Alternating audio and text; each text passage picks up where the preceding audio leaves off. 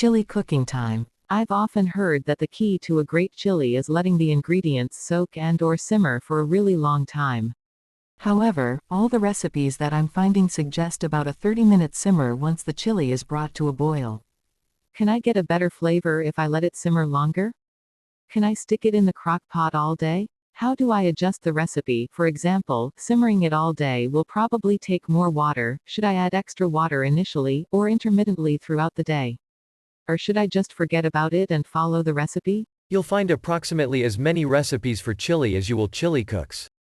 I find that I can make a great chili by simmering it for a minimal amount of time, no more than a couple of hours, letting the hot peppers do most of the work of flavoring it. Here's my current chili recipe. See link. 1. I used to take 3 days. See link. 2.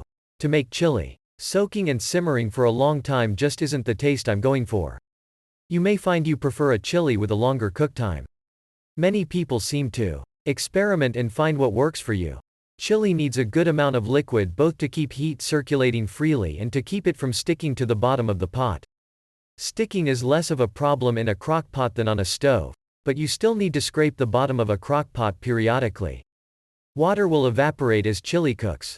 If you added the water all at once, the chili would start out watery and end up dry. I add the water as it's needed, to maintain the consistency I want. In the end, experiment, tinker, and make that chili your own. There are hundreds if not thousands of chili recipes, and there's no single correct way to make it. Like Neil, I figure I make a pretty decent chili, and can do it from a standing start in about an hour, or an hour and 15 minutes if I have to roast some chilies. But sometimes the day-old leftovers really are better than the fresh pot. The best description I've got is, the flavors have melded better, and it seems to happen most if I got the pot a little on the spicy side. My better half and I grew up in South Texas, and spent some time in New Mexico, so we can tolerate a fair amount of heat, but neither of us is a fiend for it. I don't have a chili recipe, but a method.